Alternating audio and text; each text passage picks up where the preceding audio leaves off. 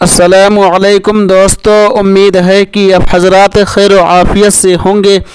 अल्लाह रब्बुल इज़्ज़त आप लोगों को इसी तरह खुशहाल रखे, आमीन। आज 6 जून 2025 बरोज़ जुमा है।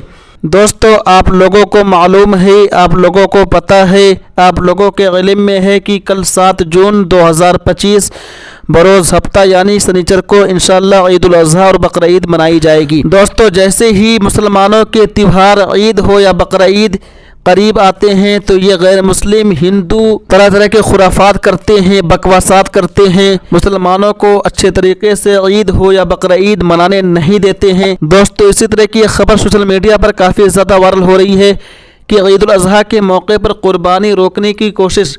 दोस्तों, पूरी खबर क्या है, आइए बगैर किसी तमहीद व ताख़ीर के देख लेते हैं, सुन लेते हैं। महाराष्ट्र समाजवादी पार्टी के सदर और MLA अबू आसिम आज़मी ने बकरा ईद के मौके पर नांदेड़ ज़िला के धर्माबाद इलाके में कशीदा सूरत हाल पर तशवीश का इजहार किया है। उन्होंने बजरंग दल पर संगीन इल्ज़ामात लगाए हैं। अबू आसिम आज़मी ने सोशल मीडिया प्लेटफार्म एक्स पर एक पोस्ट में लिखा, नांदेड़ के धर्माबाद में बकरा ईद के मौके पर कुर्बानी को रोकने के लिए बजरंग दल की तरफ से दहशत फैलाने की कोशिश की जा रही है। ग्रुप के अरकान हथियारों के साथ मुस्लिम इलाकों में घूम रहे हैं और लोगों को ये कहकर धमकी दे रहे हैं कि कुर्बानी नहीं होने देंगे। ये अमन अमान और समाजी हम आहंगी के लिए एक संगीन चैलेंज है। उन्होंने मज़ीद लिखा कि मैं वज़ीर आला देवेंद्र फडणवीस और रियासत के police director general Sanjay Verma से दरख्वास्त करता हूँ कि इस तरह की दहशत फैलाने वालों के खिलाफ सख्त कार्रवाई की जाए और मकामी लोगों की हिफाजत को यकीनी बनाया जाए। अबू आसिम आज़मी ने लिखा कि धर्माबाद जो देगलोर तालका में वाक़ है,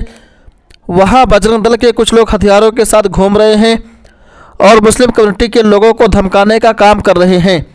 आइंदा ईद उल अज़हा के मौके पर मकामी लोगों में खौफ का माहौल है क्योंकि ये लोग कुर्बानी की मुखालफत कर रहे हैं और उसे रोकने की धमकी दे रहे हैं।